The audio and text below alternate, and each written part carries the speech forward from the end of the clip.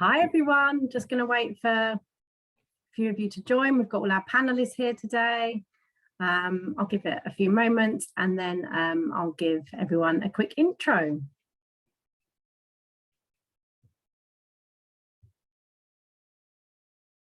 Okay, hi everyone, my name's Jenny Retournée and I'm the founder of Willowberry Skincare. The core value of Willowberry is age without apology, and age representation in beauty is at the heart of everything we do.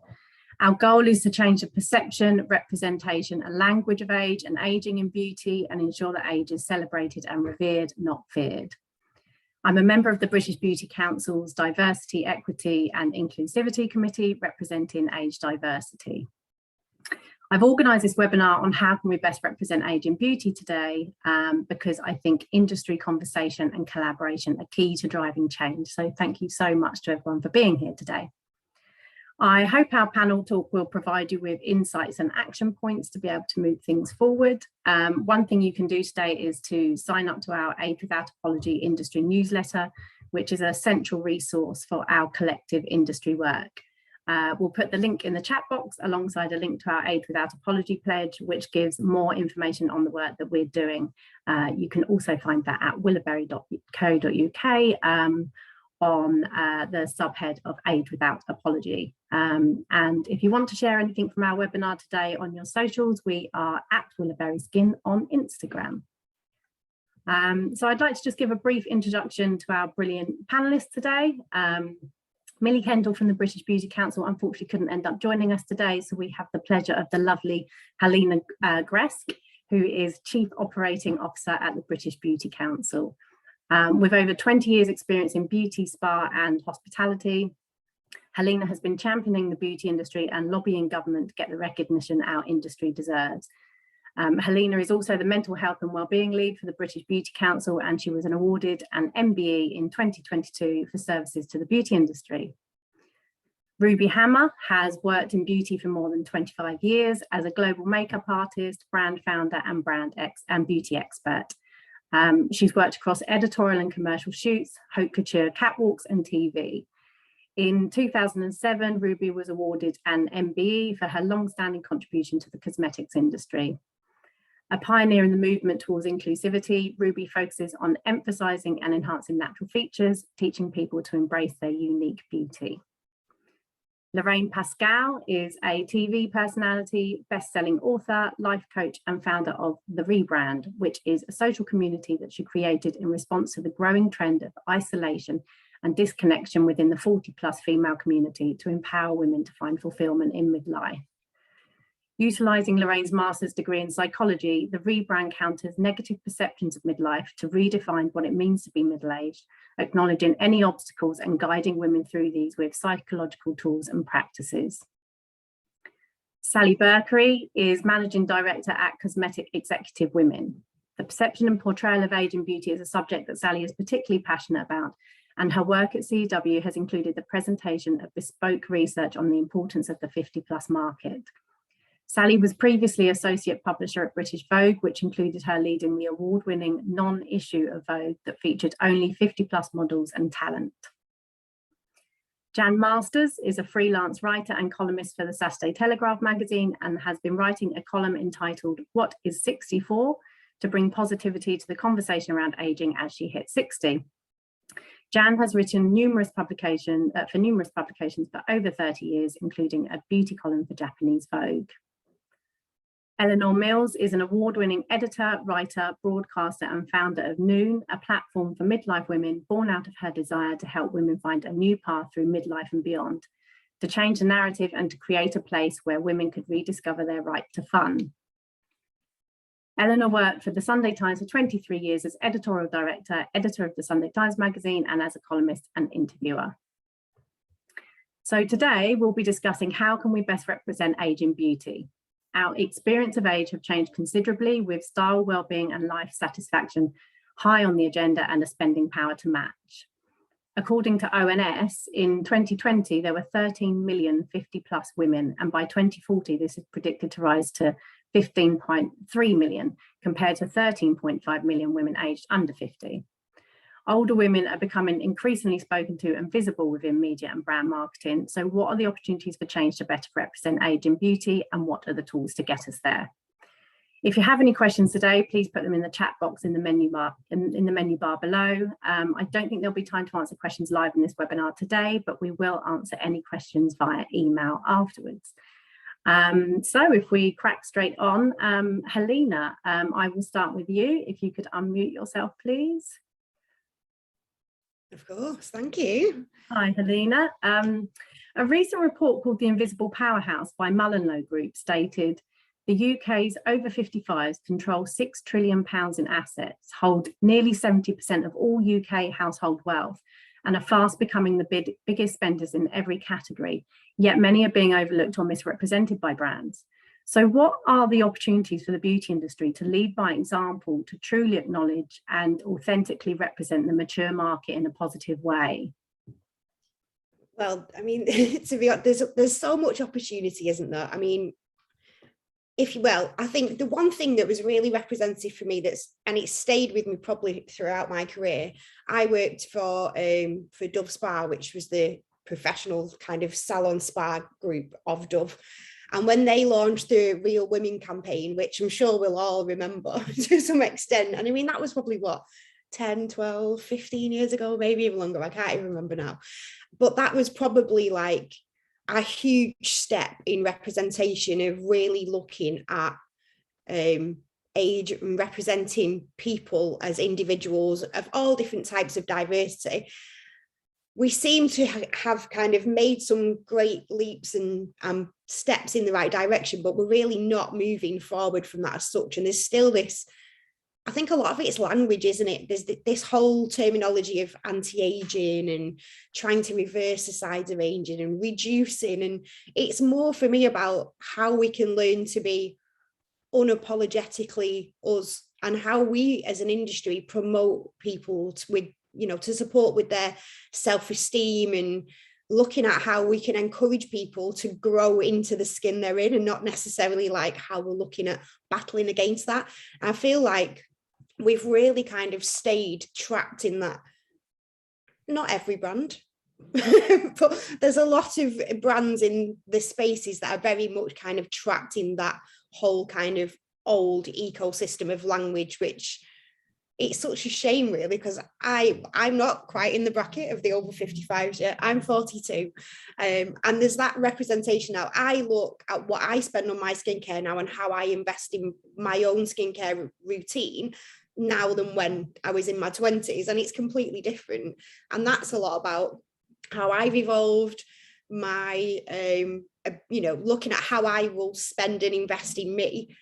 And it's completely different, isn't it? And I think as we evolve and we shift through life, we want to be able to feel represented. And I don't head for an anti-aging product. I head for something that's going to have the best ingredients. I want things that are going to be high performance, and my skin's probably the best it's ever been at 42, certainly best than it was when I was in my teens and my 20s, and I used to get breakouts and all those kind of traumatic things that you deal with when you're younger in life. So I think for me now, to see older women represented, women of all ages and all diversity, I think it's, we shouldn't really just, I know age is the topic for today, but it's that whole diversity piece in general, isn't it? And I think where we try to shoehorn things into particular spaces, I don't think there's the need for that anymore. And it really should be that we have an obligation to throw the doors wide open to everybody.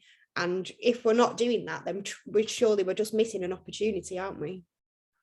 Absolutely. And instead of targeting people by age, it's been suggested to consider people in terms of psychographics, so their values, desires, goals, interests, and lifestyle choices.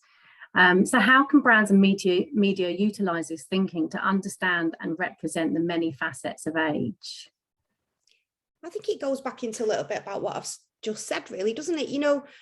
We change as we evolve. I am mid-40s, I like to run, I'm very active, I'm vegetarian. I like to think that I will look at things from, I want my products to be sustainable, I want them to be cruelty-free. So I think it's like, as we move forward, we've got these probably kind of like quite distinct objectives and things that we want from a lifestyle piece, but we also expect from our brands. And I think as consumers now, we're probably a lot more savvy and expecting with the demands of what we want from brands. And we really need to move into that space. So I think the brands really do need to be taking a step back, and rather than looking at segmenting things into these, you know, it's 20s, this is for your 30s, this is like, it's not that, is it?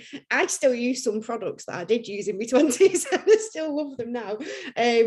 So yeah, for me, it is really looking about how we promote all the other things that skincare can bring into the space, and it shouldn't really be about age. So I want a product that's great for the gym, that's great for after a run. I want a really good SPF. You know, there's lots of things in the space that I really, you know, the age piece isn't relevant, is it? It's about being the best that it can be, irrelevant of that fits in with your lifestyle. You know, I want a quick skincare routine.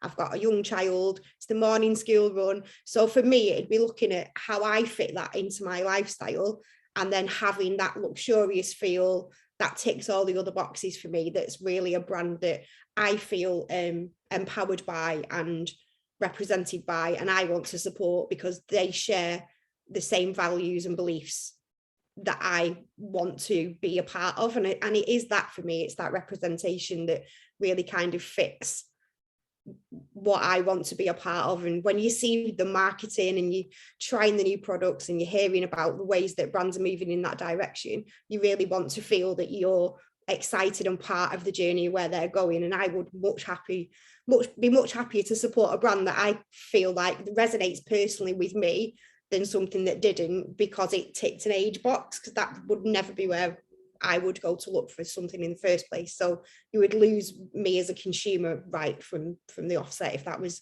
how it was pitched. Thank you so much, Helena. And Lorraine, if I come to you next, please, if you could unmute yourself. Yes. Hi. What insights have you had from your community of midlife women with the rebrand on how they feel represented and spoken to in society? And how does this tie in with your mission with the rebrand? Well, I set up the Rebrand community because I noticed that there's so many, especially over lockdown and during my master's degree in psychology that I did over lockdown, that there's a lot of loneliness and a lot of anxiety and decreasing self-esteem and all sorts happening in this sort of 40, 45 plus market, the segment.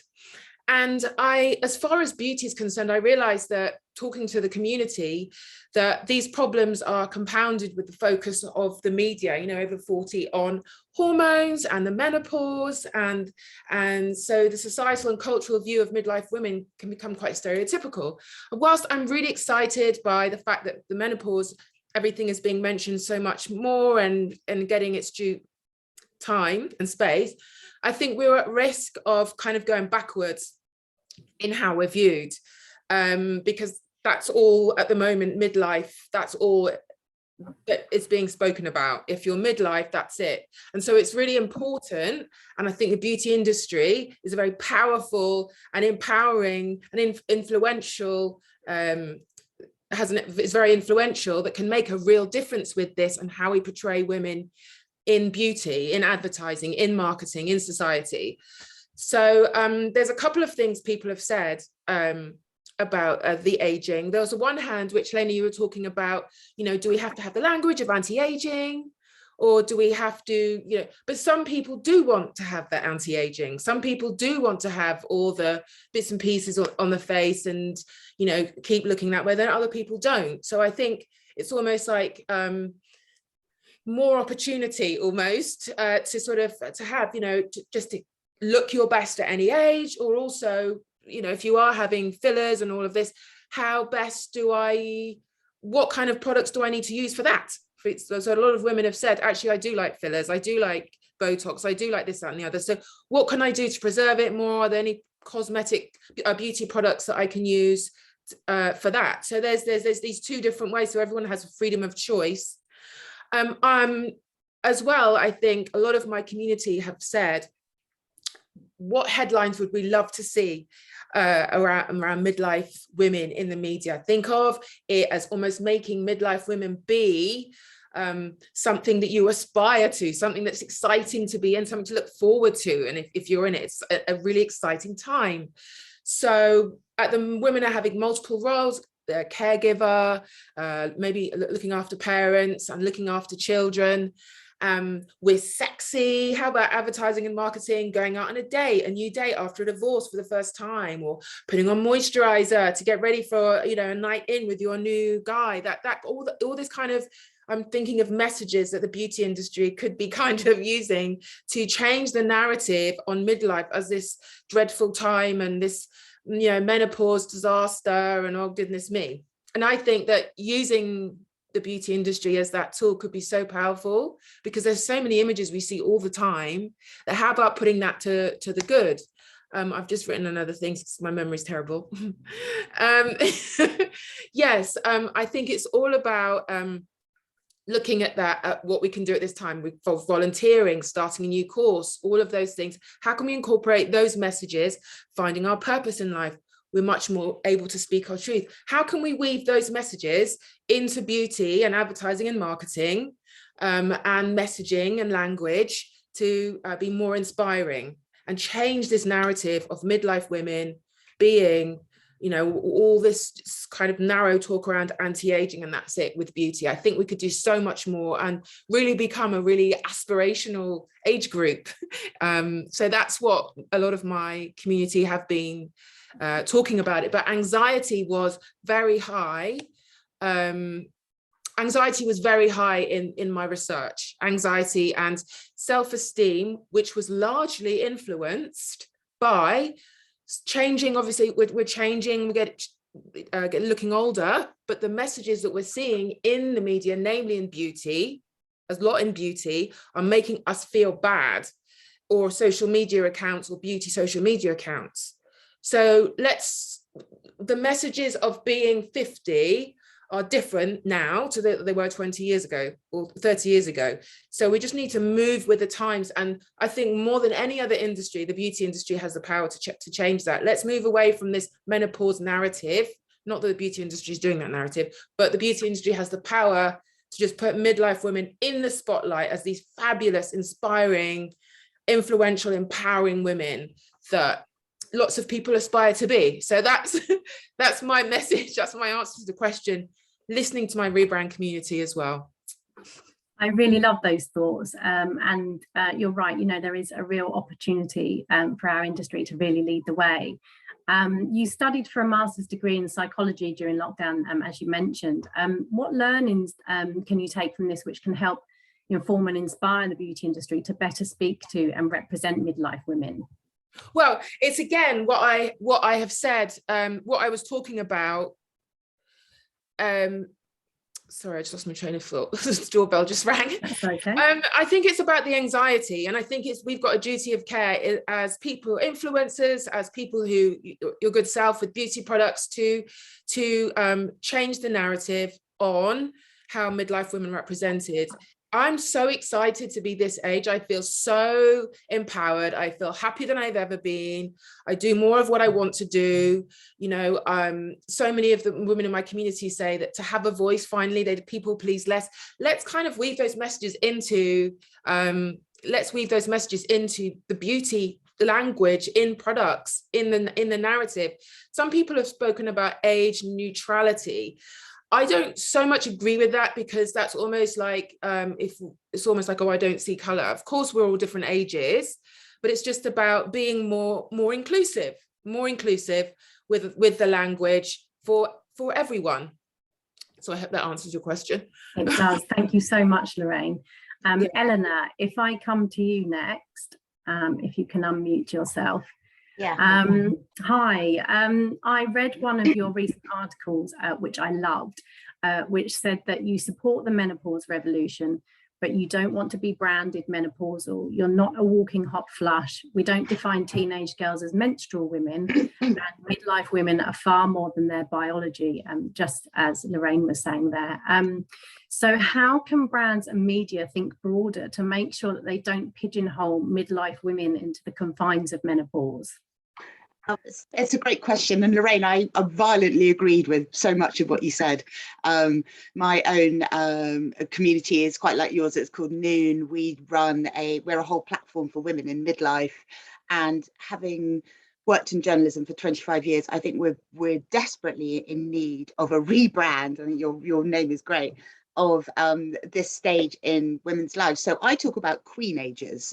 Everything I do at Noon is about saying older women deserve joy, fun, positivity, all the good stuff. Nobody ever talks about that, sex, fun, lights out. I had a great chat with Jo Wiley the other day, who was telling me that at her Anthems tours, the arenas are absolutely full of queenagers kind of leaping around kind of as if they're 18 again, and that's certainly how I feel. So I think that that's really, really important.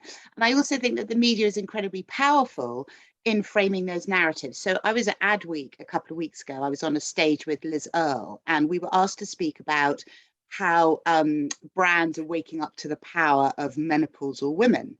And I said, I refuse to appear on a panel which is called Brands Are Waking Up to the Power of Menopausal Women. And I said, I would only do it if they rename the session Queenagers, Not Walking Hot Flushes, and talked about, we know that we've just done a big piece of research with Accenture at Noon. And we know that our women are behind 90% of all household spending decisions. I mean, the buying power of our market is enormous. We also represent about a quarter of the population, women over 50. So the idea that we're a kind of marginalized group, I find absolutely revolting. I was chair of Women in Journalism for nearly 10 years. And during that time, I talked a lot about what I call the male lens. So society and the media, basically, and beauty industry particularly, I think is a really terrible offender, sees itself through a male lens. I'm amazed by how many men are still running beauty companies.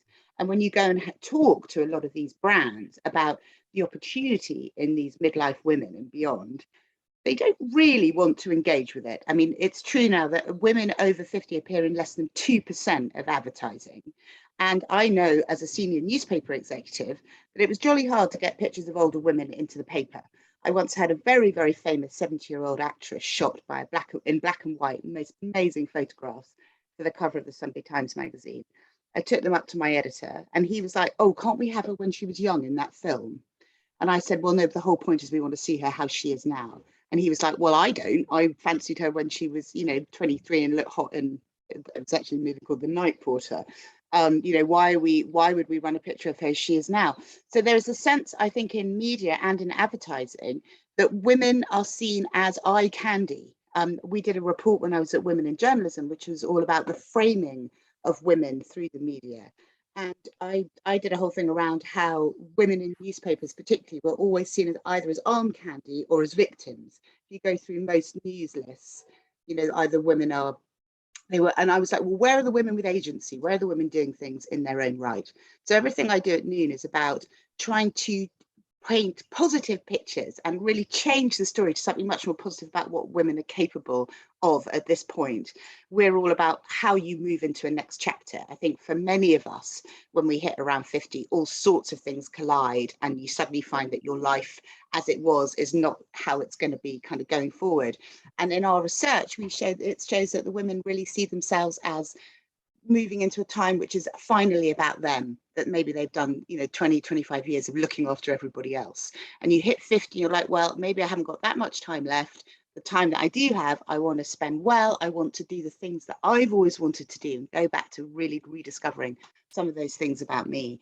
And I think I've got teenage daughters. I've got a 19-year-old and a 17-year-old, and like Lorraine, I desperately want them to look forward to being 50. I want them to see being a queenager as the absolute kind of epitome of their life, where they come into their prime, where all that experience and the money that they've saved up, everything means that they now have agency and control over their lives.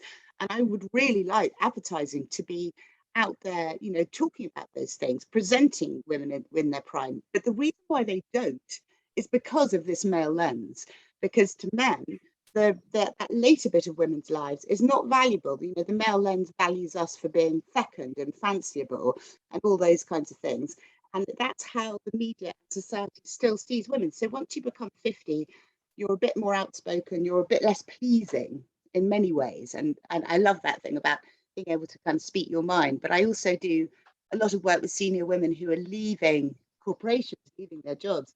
And often that seems to me about a real mixture of, you know, if you've been doing it for 25 years, you know what you're talking about. If someone challenges you, you're much more likely to go, no, actually, I think I'm right because I really know about this.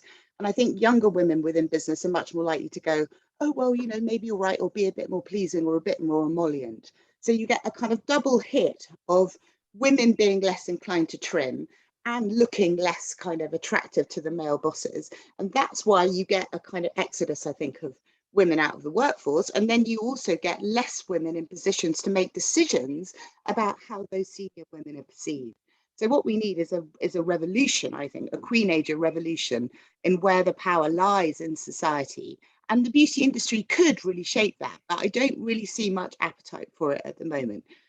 I was talking to a brand the other day who were talking about a shampoo for grey hair, and they wanted to try it on a younger influencer, get her to dye her hair grey and then use the product, rather than actually talking to some queen-agers about how they feel about their grey hair. So I think that the thing about menopause is information, yes, treatment, yes, all that Caroline Criado Perez stuff about the huge equality gap in healthcare provision for older women. Yes, of course we want that fixed. We want doctors to know what we're talking about, to recognise our symptoms, to give us the right kind of information. But I don't want to be branded as menopausal. I said on stage at Adweek, it's like saying to a whole group of men, oh, you in the limp dick years, you know, is this you're in the Viagra years? And you know, no one would think of doing that to men. So why are we all being branded menopausal when this is a health equity issue? I want to be a queen-ager and I want to have access to HRT if I need it. I mean, that seems to me pretty obvious. So what we need is a total revolution so that we do not see women as peaches, one wrinkle and they're out, whereas men are seen as aging like fine wine, getting better with time. And that is the narrative that needs to change. And if we do that, and we make all women look forward to this as their prime, then we totally change the whole narrative around anti-aging. And why would you want to be younger if when you get to 50 is when you move into your power, when you become the woman that you're supposed to be? So that's what we're about at Noon. And I think the entire beauty industry and society needs to change their mind on this.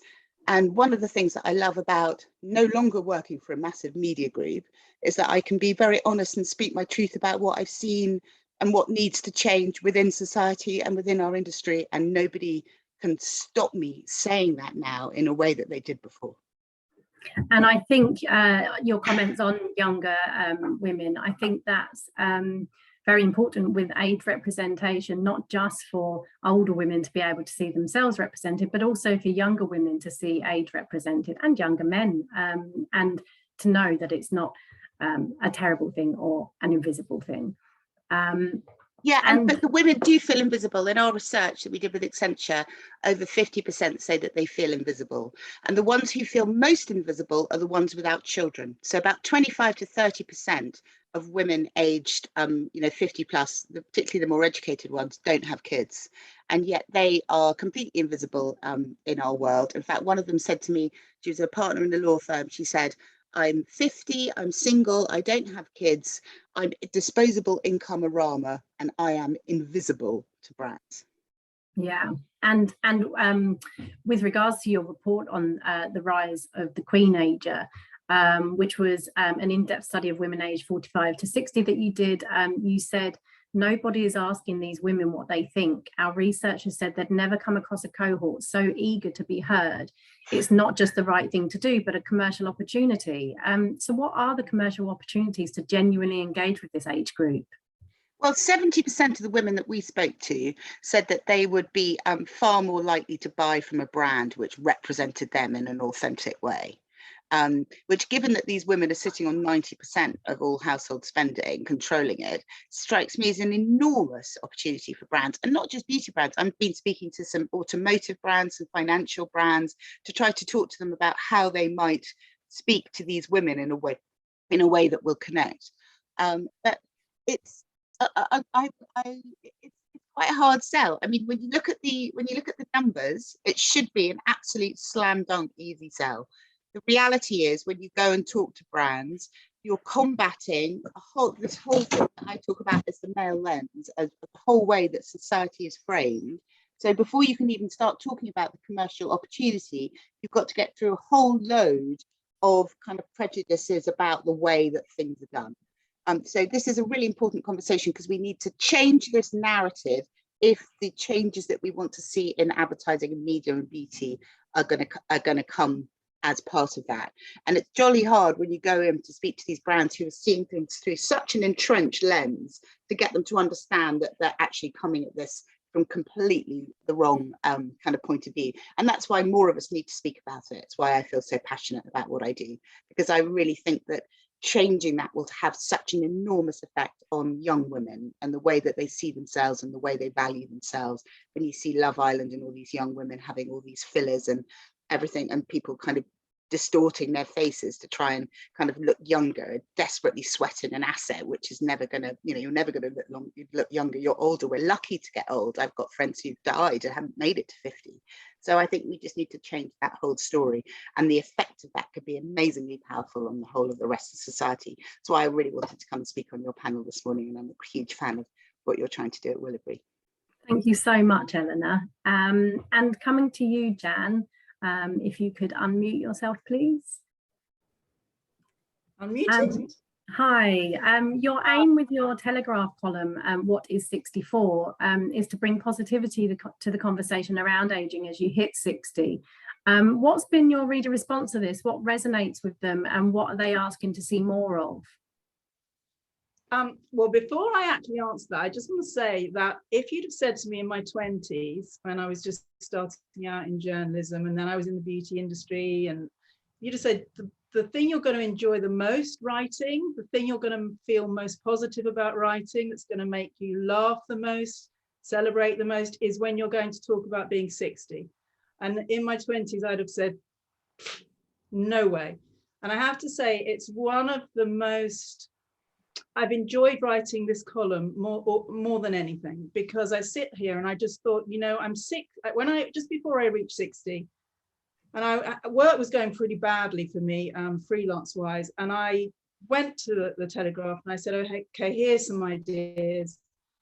And then I thought, well, what about just saying, well, I'm 60, and what is 60 for, FOR question mark. And they sort of thought about it and went, oh, okay, do a couple of examples. So I did. And I think why it succeeded, I was very honest. I was honest about the fact that I suffer from anxiety, but I was also, can you still hear me okay? Yeah, it's just slowing down a little, but we've got you. Okay. And I was very celebratory. On my 60th birthday, I ordered my own fluorescent balloons that said 60. So I sat in front of those for my picture for Instagram. And actually, what I think we really need to share with younger people as well is that we have experience of life, and we tend to think, oh, people are getting old, so you're sort of getting to the end of something, but actually it means you've got more of something, not less of something. So we've got heaps of experience. We've gone through sad times, bad times, great times. And I think, as someone else just said, it's a privilege to get older. So lots of people don't get older. So this is something that we should be celebrating. And so my first column, I used to write a lot for Japanese Vogue, and there's a thing in Japan called kenreki. And what happens is when you're 60, they consider that you're reborn. You've done a lot of the boring stuff. You've done a lot of the stuff that you must do, that you dutifully must do. And it's your time to be reborn. So I took that as my first point of call in my column. And I think that is something that we could talk more about, right? That yes, there's a lot of serious problems about not being represented, But I think also if you can talk with humour, I think we need some more fun and more humour in how we speak. I think it's not a bad thing to have nostalgia for the past as well as looking forward. I think you can learn a lot from nostalgia and how the world has changed and how we remember different things and how we're adapting now. We're adapting, and of course younger people aren't at that point. So I'm very much loving writing about reaching the age I am with all my imperfections and all my aspirations and all my worries and all my joy, and that is what I'm sort of hoping to bring. And they've asked me to write this now more into the beauty arena as well, because they think it's an interesting place to have, let's be honest, someone who's quite ancient but but talking about beauty. So I think that's a really good step forward. And role models like you are important in the media because, as the saying goes, you can't beat what you can't see. How has age portrayal evolved in the media over your 30-year career, and what are the opportunities to push this further, do you think? Well, gosh, when I first started in beauty, and this was pre-internet, this was like, we used to have Ruby, we used to have all the beauty editors used to waft around from launch to launch, like a sort of cloud, corps de ballet, just all the different launches, because we just wrote and you only read it in a magazine. And a lot of the, pretty much everything was talking about anti-aging then. And what I always thought was quite odd was we were talking to very young people about anti-aging as well. I think what's happened now, and I really, really hope it changes, is that the world isn't going to pivot on that single axis anymore. I personally am not anti doing things to make you look younger if that's what you want to do. I have Botox. So, you know, I am anti anything that's unsafe. I'm anti looking ridiculous, you know, but I'm sort of pro aging, as in talking about the individual. How do you feel about growing old? How do you want to grow old? And what can we all bring? I was going to say all bring to the table, but all bring to the party, because I just want to say I think there's something very celebratory about it, and I think there is a danger that we could get so serious that will actually damage the message. I think we need a bit of humour and fun as well in the message too. Thank you so much, Jan. And Ruby, moving over to you, if you could just come off mute. Hello. Hello. How have you seen age represented on photo shoots, catwalks and on set over the course of your 25-year career? Well, I mean, firstly, I just want to say what interesting chat it's been listening to everyone. So thank you. And the weird thing is, it's really hard to be on mute when somebody's saying things and you want to interject and add things, but otherwise we wouldn't get through this. But I have had a very, very long career, and I started quite early. You know, I was about 25 when I started as a makeup artist. I'm now 60. So although my little bio and press blurb says a 25 thing, it is actually nearer to about 40 years that I've been doing it, if you include my term as an assistant. And I have seen in my daily, you know, call sheets, as you call them now, or whatever, so the rota of who I've actually have to make up. When I was a young woman myself, they used to be younger still, you know, so if I was in my 20s, these were like their late teens, you know, they were skinnier, blonde, and there were a whole influx of sort of Russian girls, then there were the sort of Brazilian girls, then there were this, you know, not, you know, you had that heroin chic where it was got, you know, gaunt and looking like, I mean, and then you had the big change when people like Cindy Crawford came on the thing, where they were more fitter, athletic, you know, women who had busts as opposed to being completely flat. So I have seen many, many, many changes. And now I'm really pleased that there are shoots, you know, that it is funny, like I could jump with what Lorraine said or what Eleanor said, what Jana said, that, you know, you would have, oh, can we make, that pick a young model, and then my brief would be, is there any way we could just make her a little bit more sophisticated, try to make her a little bit older? So I'm supposed to use my skills as a makeup artist to convey that. Sometimes it was easy, but in my head I was thinking, why can't I just get somebody of that sort of age, you know. But in the pecking order, I'm just another technician, you know. I'm a makeup artist. I don't have say in who that model is that's booked on that day, what her colour is, what her age is, how she looks. I'm just got a given, and that's what I've got to work with. Thank God, in years to come, you know, 3 decades later, there are more shoots that I have done where, you know, it's not trying to make a young girl look older, or they've picked a model that looks kind of youthful.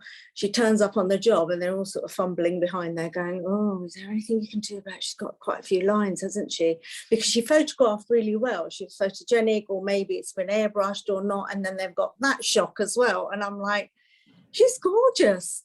What do you want me? I'm not a magician, you know. So there are both types of this thing that I've seen. So not just the ageism, the sort of colour, you know, introduced in their curly hair, or, you know, natural hair that's then had to be exactly like yourself and Lorraine, beautiful textured hair, to some, you know, all of these things I have seen, and it's a reflection of everything we go through in the media and in life, you know. So at the end of the day, I would like to say there are positive changes. I love that we can be on a panel like this. So yes, there is this big bend of, if you're post 50, it's all about menopause, and I'm at the tail end of mine now, so I'm thinking, well, nobody talked to me about it when I was 50.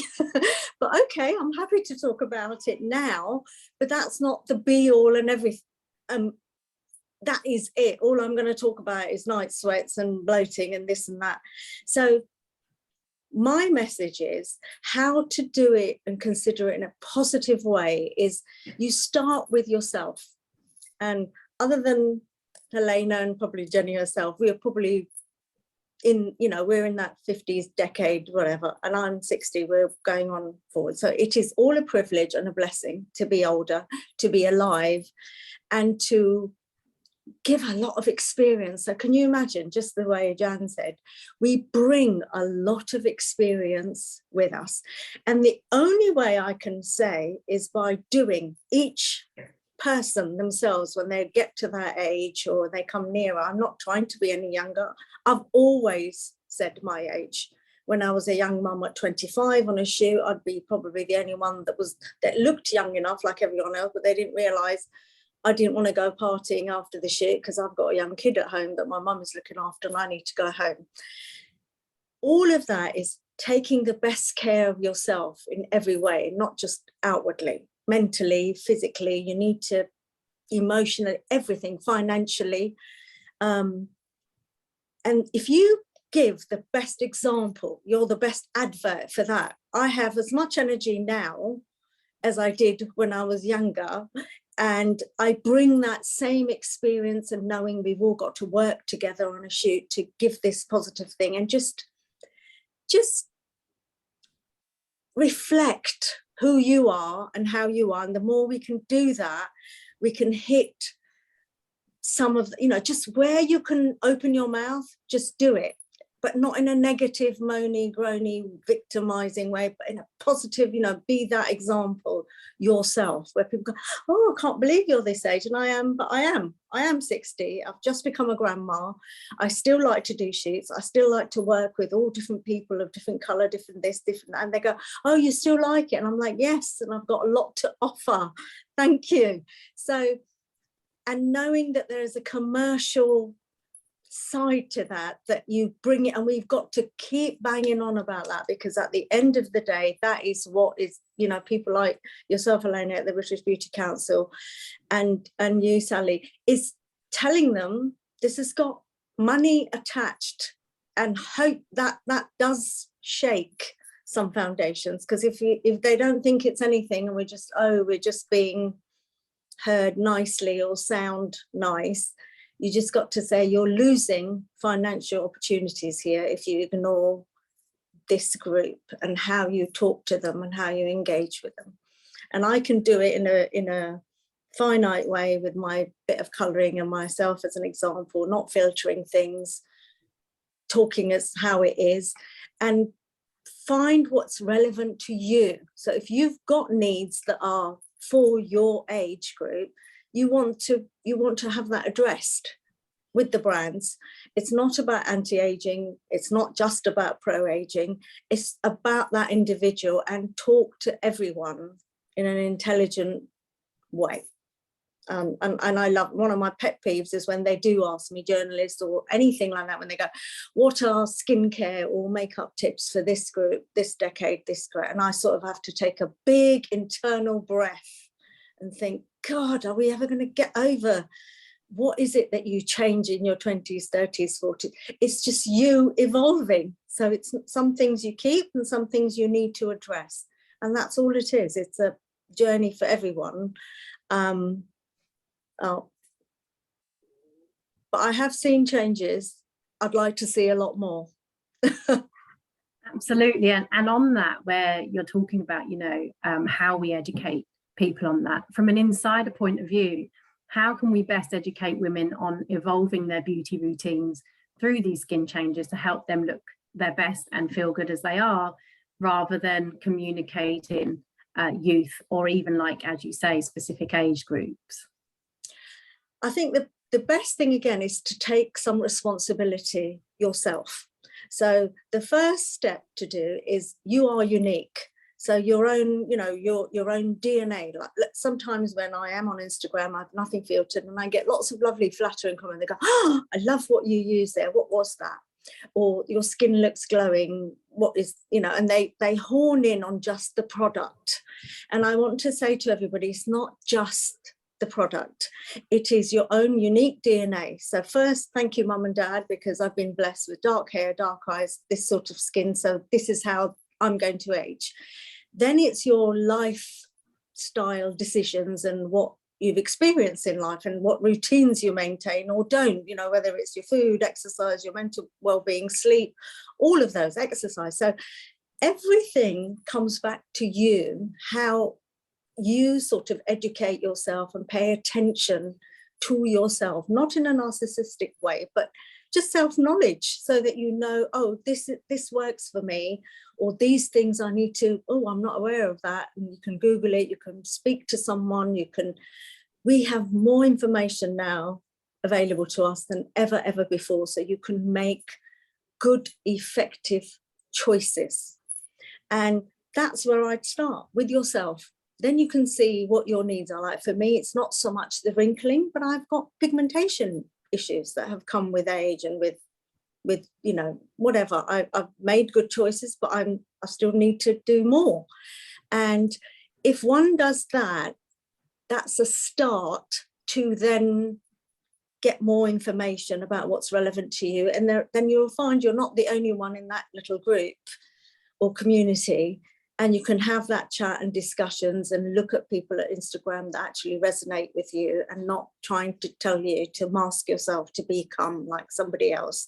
We've got to do this like somebody else. So from our teens down to the end of life, you've just got to hear and find your own voice and know that it's okay. Whatever that is, it's really, really fine and great. And that noise that will come, you know, the roar, that little trickle that becomes a wave, is very, very, very powerful. And that's all I'm trying to do. I'm not trying to be one single bit. I'm just trying to make everyone feel good about their own bit in that wave. And I think the more we do that as people, as women, and women of certain age or any age, the more that roar will be, and we'll pass that baton on, like Eleanor was saying, to our young children or people that we're not even related to. Just as a generation, we have that responsibility. It starts with yourself, by example, by education, by everything, and then you pass that baton on. Wherever it's relevant, you've got to do that. Thank you so much, Ruby. That was brilliant. And Sally, if I come to you next, if you could unmute, please. Thank you. Hi. Hello. So in your previous role as associate publisher of Vogue, you worked on the Vogue Non Issue, which was dedicated to women 50 plus and featured only 50 plus models, stylists, writers, and so on. So what learnings did you take from that, which can help the media progress the age narrative? Well, I think at the time when we were working on it, I mean, a huge thanks to Edward and Vanessa for letting us run with it, because, you know, to do a sort of fully, you know, to do something like that was a big deal, you know, at the time. It was back in 2019, but obviously I had the privilege to work with Edward and Vanessa at the time when they were launching that new version of Vogue. And I don't think we knew when we started it how much of an impact it would have. And we were very clear from the start. I worked with Jessica Diner, obviously you'll all know her as the beauty director of British Vogue. And what we tried to do was not make it something very different from the main edition of the magazine. It was an 80-page supplement, I think it's here. And we produced editorial content that readers would have been familiar with in the main pages of the magazine. So that was really important for us to do that. It wasn't just about beauty, it was about lifestyle, it was about travel, it was about fitness, it was about politics. We shot Jane Fonda for the cover, which was an absolute joy.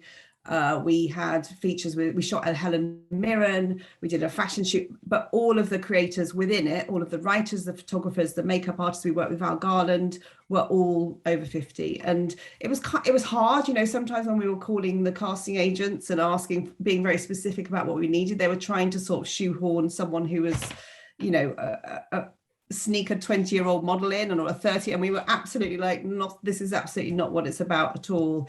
It was a global phenomenon. I mean, honestly, it's won a Cannes Lion Award amongst many other awards. It received, I think, 20 million page impressions when it launched on Instagram, and the response was massive. I was looking actually this morning at some of the comments on social media, and, you know, there was so much kind of joy from around the world to have received that. So, you know, it was definitely a start of a movement. And obviously Edward and everything that he does at British Vogue has started a movement in many types of ways, and has definitely influenced the way other publications look and the way we talk about everybody in the media now.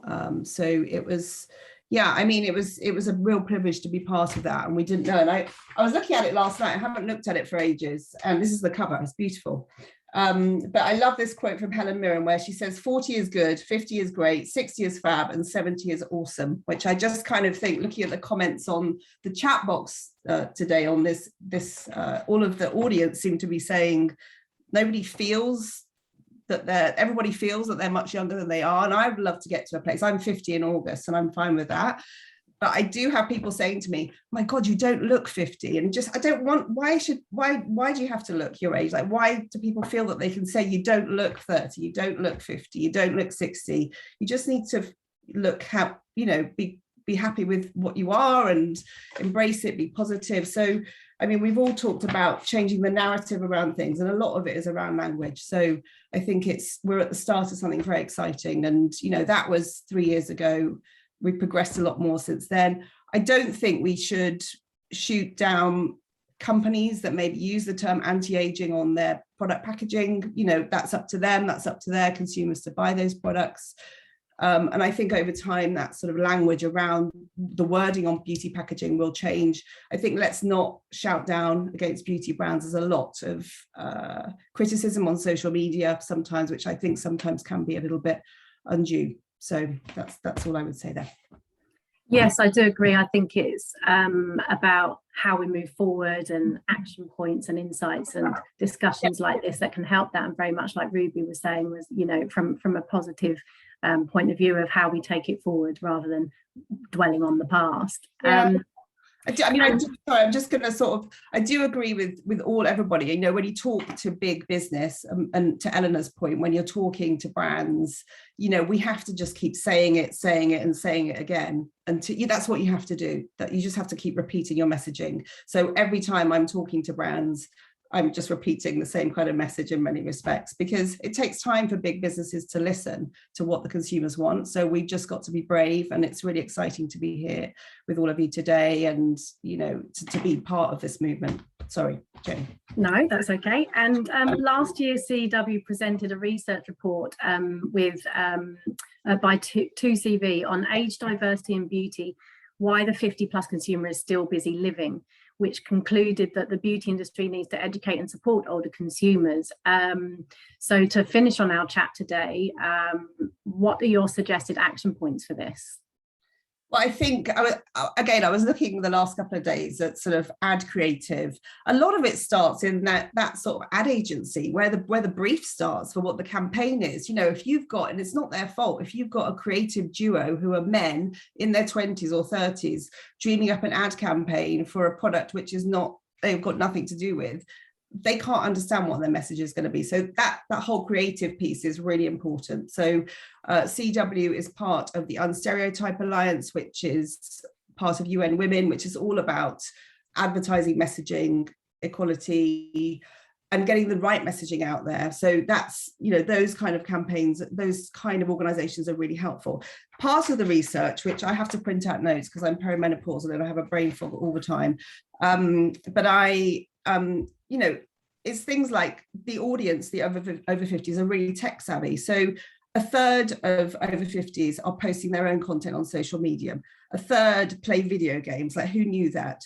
They all use the internet. They all watch TV. They're not all sitting around watching kind of mid-afternoon television, watching people in kind of strange expandable waist trousers and looking at retirement plans and that kind of thing. We want to, you know, it's an incredibly powerful age group, and, you know, with spending power, with confidence, and it's just about changing this narrative, I suppose, and the language and the messaging, you know, and making it more inclusive. That was the thing that came overwhelmingly out of that research, that missed opportunity of that massive audience of 50% of women who are, they've got the money to spend on your products. Why are you not talking to them? You know, and that to me was a nonsense. So I think it's not pigeonholing where you think they're absorbing their advertising messaging and reading their editorial and getting their information from. They're not all just, you know, sitting at home in the conservatory having a gin and tonic, although there might be. That's a perfectly valid thing to do, and I enjoy doing that. So well, thank you so much. We had more questions and I could talk about this forever, but sadly we've run out of time. But I've absolutely loved our chat today. Thank you so much to everyone for joining us. We hope you found our discussion useful and inspiring. Massive thank you to all our panelists today who have given us such brilliant insight. Thank you so much, everyone. And as mentioned before, please sign up to our industry newsletter and check out our Age Without Apology pledge info at willowberry.co.uk, and we're on Instagram at willowberryskin. And if you'd like to discuss anything with me, I welcome your thoughts. Please email me. It's agewithoutapology@willowberry.co.uk.